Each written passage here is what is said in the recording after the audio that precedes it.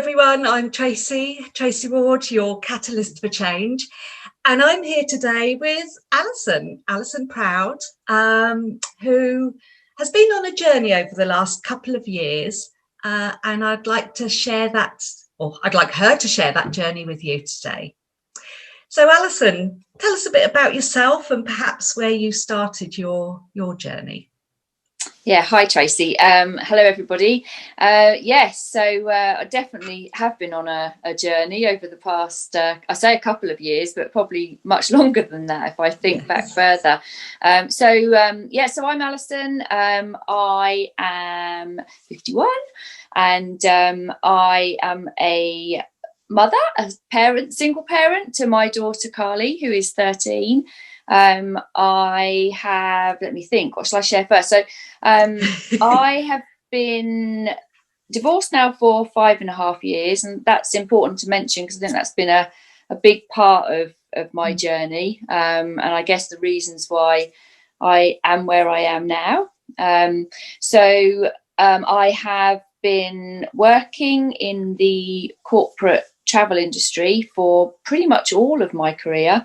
I started at Thomas Cook in the holiday shop when I was 17, and after a couple of years moved into the corporate travel side of things and have really stayed there up until now. I've worked for only a couple of companies, worked at my last employer for 26 years. And I mean, I think we'll talk a bit more about that because the changes that then happened when that company was sold to another was quite a pivotal point in my career. But I've moved around. I've done lots of different positions. I've been quite career focused, worked up the ladder. As I say, when I went through my marriage breakup, the job was really important to me then because it meant financial stability, and also it, gave me a focus that I needed at that time. But then I think, like many, and I'm sure we'll go on to talk about this, Tracy, the balancing of parenting and single parenting and full-time employment in senior position was quite tricky. And I guess the real reason why I came to see you, because that balancing really went wrong, if I'm going to be totally honest about it. But I've brought that back now, so it's been a positive journey. So that's a little bit about me. Lovely, thank you. And I think you've sowed some seeds there beautifully, haven't you? So you said that your journey started, a few years before you met me. So just sort of tell us what was going on there, and perhaps what was happening to the point where you did come to meet me. What was going on for you? Yeah, so I think not going back too many years. I mean, obviously I mentioned I'd worked for this company for 26 years. I was in a senior management position, had a large team of people, and everything was good, to be honest, because I liked the people that I worked with. I was enjoying the work we were doing. It was a form of consultancy for the corporate travel industry, and then, as I say, when my marriage broke up, it was those people that I worked with, obviously alongside my wonderful personal friends and family, but it was also my kind of work family that helped me get through that. So even going through a very difficult situation personally, the professional piece was still good for me and still worked at that point. And like I mentioned, I had financial stability, which I know a lot of people don't have when they go through what I went through. So I was grateful for that as well. So, that piece was, I was battling with my personal situation, as I'm sure you can imagine. And that took me a lot of years really to get myself back to knowing who I was, I guess, because you lose yourself in that kind of situation. But the big change for me was when our company announced that we were being sold to, so it was a British company. We were being sold to a large American corporation. And not necessarily a company that I would have chosen to go and work for. So we were all very, very unsettled. I went through a period of anxiety. I was up at 2:00 in the morning, pacing the garden.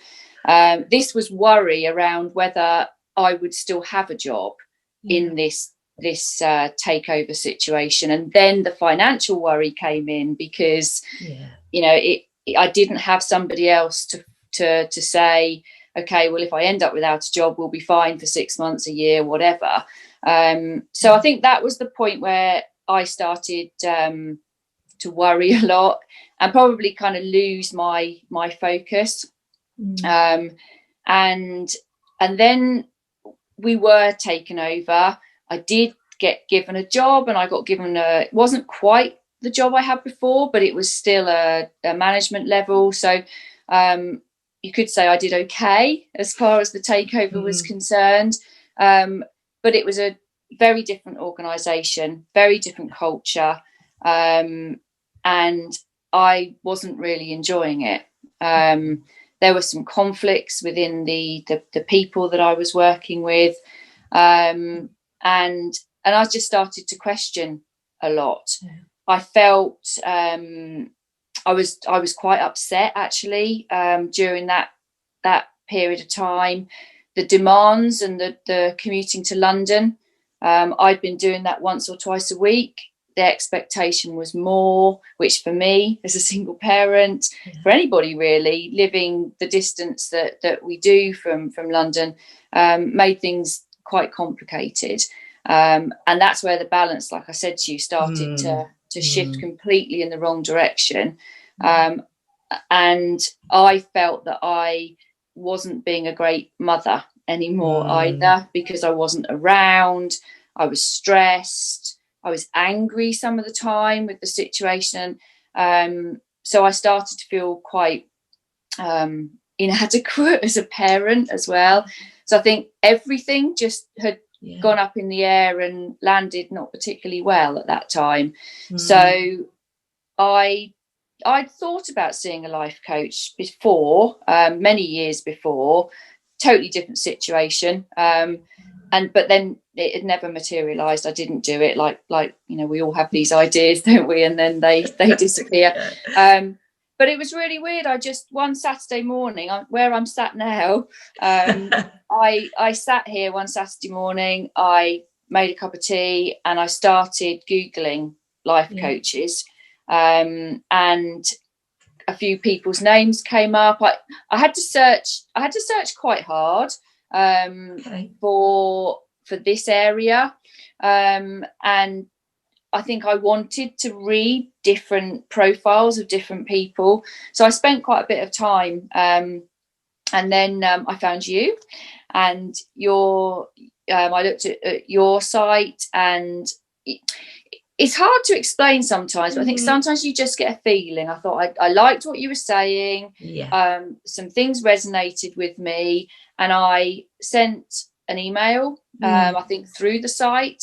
And I think within about, I don't know what it was, 10 minutes, 15 minutes, maybe half an hour max, you'd responded, which was brilliant for me because I'd made that decision now. I needed to talk to somebody. And if you hadn't responded or hadn't responded quickly, it's likely I'd have gone about my way that day and not followed it up again. So and then obviously we met, which was great to meet for a coffee to start with, to see just how we got on. And I just felt there was a real rapport straight away. And so was then very excited to progress, getting together and starting this part of the journey. And it's quite interesting, isn't it? Because I think when you do reach out for that help, you want it pretty much there and then. I think what I hear from people quite often is that it's taken them a lot of time and perhaps courage and to actually reach out. So it's important that you do come back pretty swiftly. I think it might have been quite fortunate that Saturday morning that it was so quick, but hey, these things happen. But I think once you reach out, you want that help, and and it's important that it comes straight back. Otherwise, people might lose the will as such, and the start overthinking it. So yes, yeah. Okay. yes. And it's and I think from a coach's perspective as well, it's so important to recognise that you know, there are certain people that we'll resonate with and others that we won't. And I guess in a way, like I've probably, people who've been watching me have seen me change. It's resonating with the right clients, and certainly you were one of those. So yeah, great. Yeah. So we started our little coaching journey at that point, didn't we? And tell me a bit about how that was for you.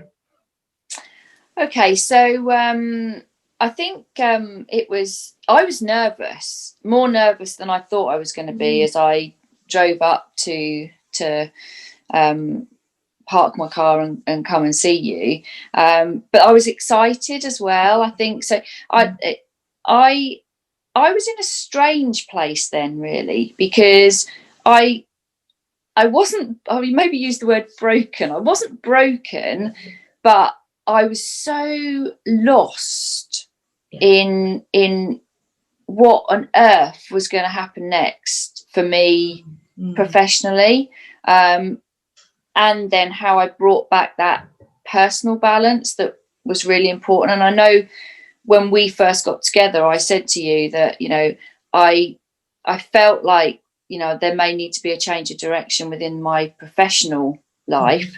But the most important thing was for me to feel like I was being the right kind of parent again. And I remember I was being quite upset about how my professional situation had really affected my daughter. So anyway, we explored quite a lot of different things in in those first few sessions. And I found it really interesting, actually, because I couldn't work out what was going to come from those sessions. And I think that's really important for people that are thinking about any kind of life coaching, because it takes a while through discussing different elements and probably a bit of probing from your part for your mind to start settling a little bit.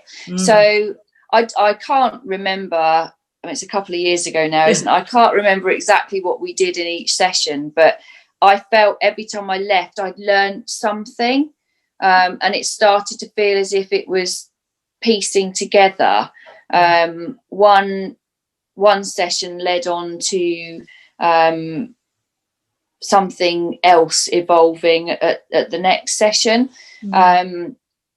I did the NLP Discovery Day as well, and I also can't remember at which point within the sessions we were having I did that, but that was another brilliant piece, because understanding the way that your mind was working, and being able to change around some of the things that you think or you'd always thought or have put barriers in your way, that really helped me. And I think the coaching sessions gave me my sort of light bulb moment about my professional piece, and the NLP fixed quite a few things for me on the personal side.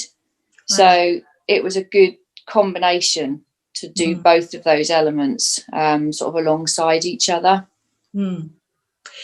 And I think it's quite important to perhaps recognise the difference in those things, because the coaching is very much about, as you say, helping you, probing, getting you to think in a different way and whatever. But the Discovery Day, and when I train in NLP, it's much more about training people in how our mind works and tools to be able to look at things differently. So, as you say, pulling the two together, I can sort of see how helped you at the same time to do that. Yeah, brilliant. And was there a particular aha moment? Or do you think Yes, it was there just was. pieces? Yeah. There was, absolutely, and I've talked to a lot of people about this since. And while I say that, there's some pieces you don't remember everything about what you talked through, there's other elements that you do. And the big thing for me was when we did the exercise about my personal values. Mm-hmm.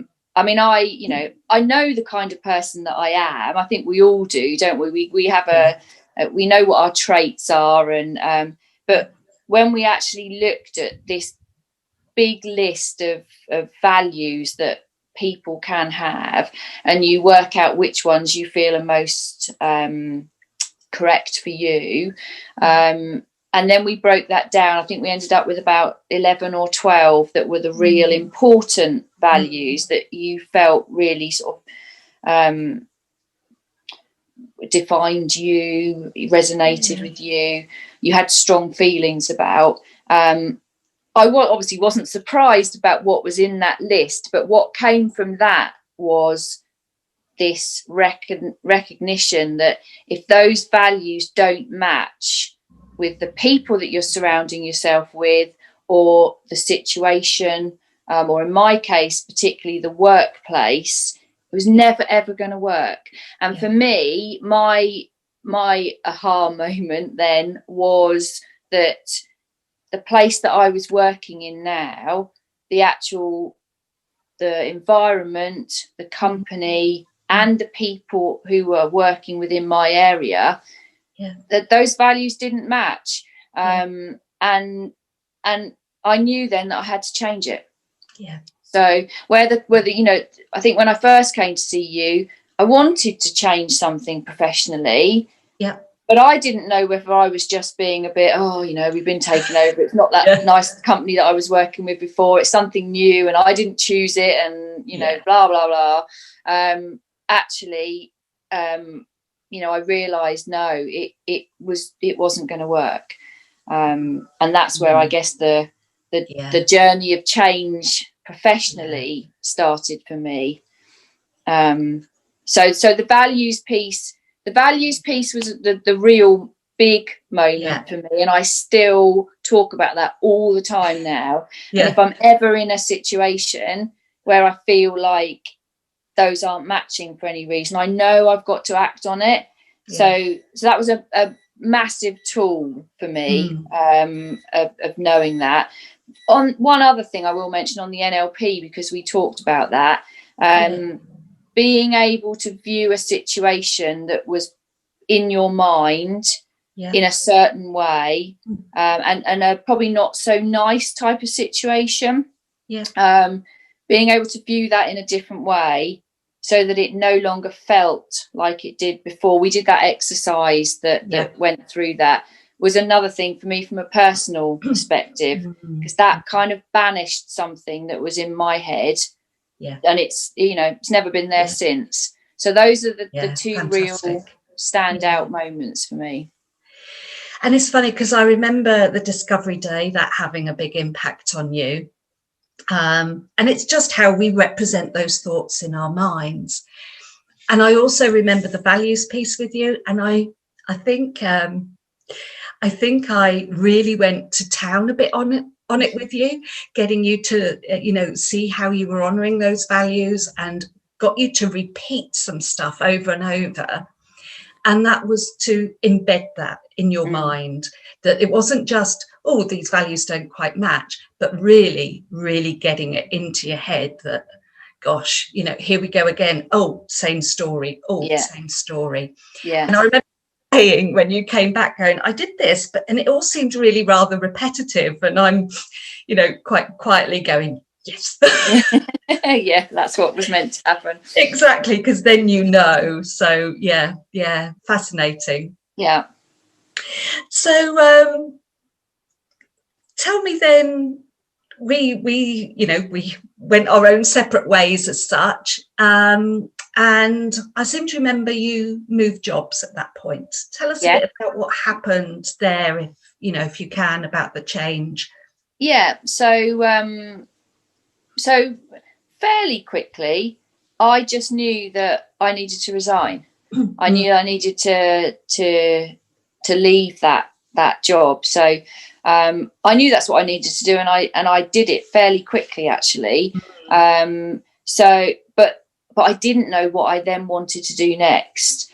I had a number of ideas, but what I think the coaching sessions and the NLP sessions did for me was realizing that I just needed to do something for me, and I needed the balance piece as well. I knew the London thing needed to stop, and I had a few ideas, but I'm not somebody that has always wanted to do something. I don't know, say follow a dream of a career that I never had. So I didn't have that thing. Right now I'm in this situation, I can now pursue whatever that was, because it didn't exist. But I decided that I could be without a job for a period of time. So when I resigned, I decided that that's what would happen. I would just take some time for me, and really just start to think about what would come next. I was lucky because it was summer, so I did spend some time, pre-COVID, spent some time with my parents, which was really nice. They moved house that year, so I was able to help them, and I spent a lot of time just revisiting myself and my family and my situation, and started to think of things that I might like to do. And I think the one big focus within was I wanted to pursue something where I was almost giving something back to people. I wanted to do something where I made a difference. And that definitely was not in the corporate world, which I'd been part of for all of my working career. But then something happened that changed this, because one of my friends was on a training course. She came back and said, I've been chatting to somebody on my course who works for a small travel management company, so the corporate travel piece again. They've got some positions going. She's given me her business card, and I took the business card, I called them, I went for a chat with the CEO, I went through quite a lengthy interview process for a senior position within the company. And there were moments where I was thinking, this wasn't the path that I was planning on following. But you know what, Tracy? I realised I wasn't ready.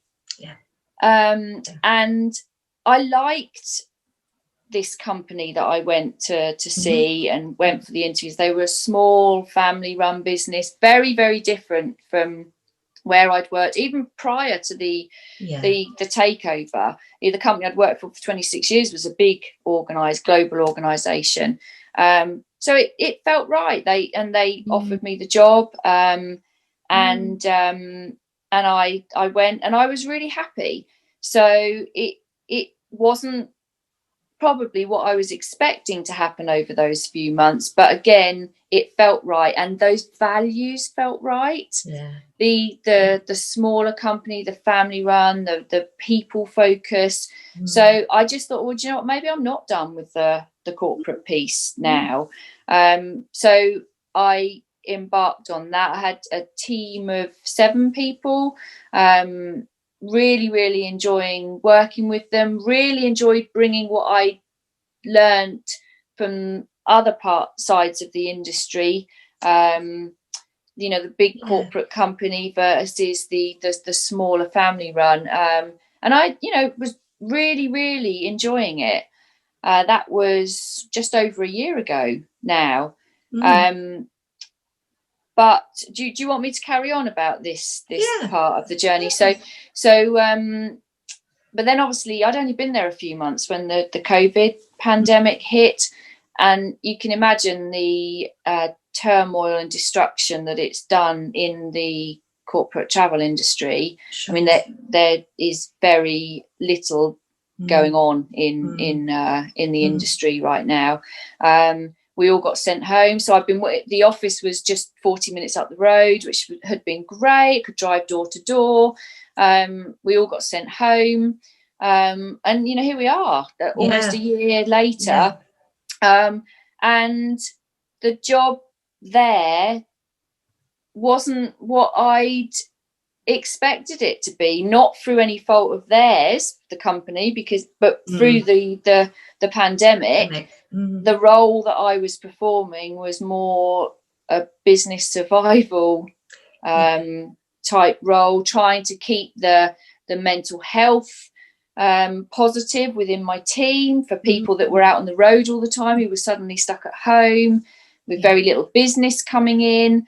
And over the last few months, towards the end of last year, I just got these niggles again, these same feelings that I had before, and this feeling that I still had a real strong impulse to want to do something that made a difference to other people.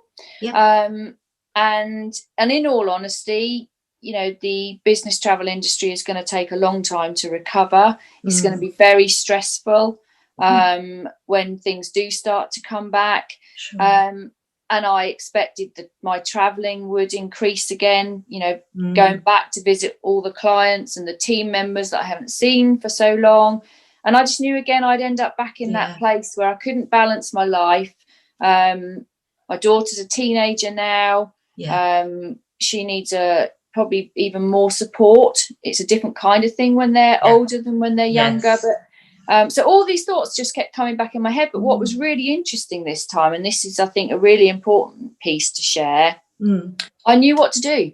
I knew what to do, and I resigned my position in December. I'm currently working my notice now. I will finish the beginning of March. And something that obviously you will completely understand.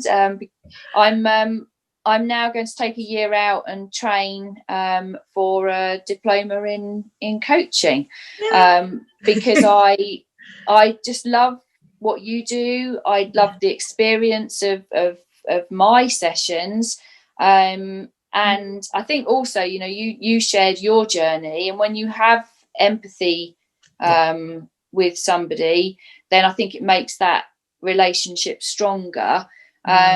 And so I've jumped, as I call it, I've jumped out of that plane. My parachute has well and truly opened, but I'm just so excited about something that I should probably be more nervous about, because there'll be no income for the time that I'm studying, but I know it's right. And that's what's different to when I resigned from the previous job, because I wasn't yet in that place that I knew where I wanted to go next, and I wouldn't have wanted to have made a mistake, because you potentially would have put yourself back into a similar place. I guess what I've learned through this is you shouldn't expect things to happen quickly. You might get that aha moment and make a change of some sort, but what comes after that, and wherever you're wanting to sort of head to, you've got to allow that time to take place for you to be completely sure of where you want to go next. And that's really quite a powerful message as well, because we could easily jump out of the frying pan back into the fire, couldn't we? And I think it's about trusting yourself as well, that you'll find the right journey, and that when you're there, you'll enjoy it. And I guess that's what was in my mind when you were talking about jumping out of the plane with your parachute.